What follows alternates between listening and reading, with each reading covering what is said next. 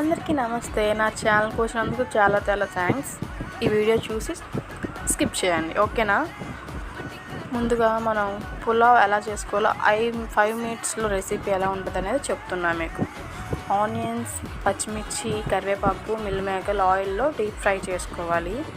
1 glass అమ్మ pulao rice packet ఉంటుందిగా, అట్లా ఒక గ్లాస్ రైస్కి 2 గ్లాసెస్ ఆఫ్ వాటర్ యాడ్ చేసుకోవాలి. ఎగ్జాక్ట్గా 2 గ్లాసెస్ ఆఫ్ వాటర్ యాడ్ చేసుకోవాలి. కొంచెం ఎక్కువ తక్కువ చేసినా టేస్ట్ అనేది మారిపోతుంది. తర్వాత మనకు సరిపడా సాల్ట్ అనేది వేసుకోవాలి. ఏ మసాలా వేయకూడదు. పిల్లలకు కూడా పెట్టాలనుకుంటే మాత్రం మసాలాలు ఏమి వేయకూడదు.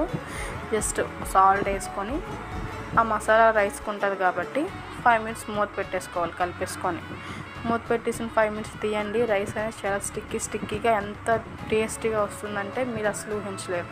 ఒకసారి ట్రై చేసి ఎలా ఉందో చెప్పండి. బాయ్. లైక్ చేయండి.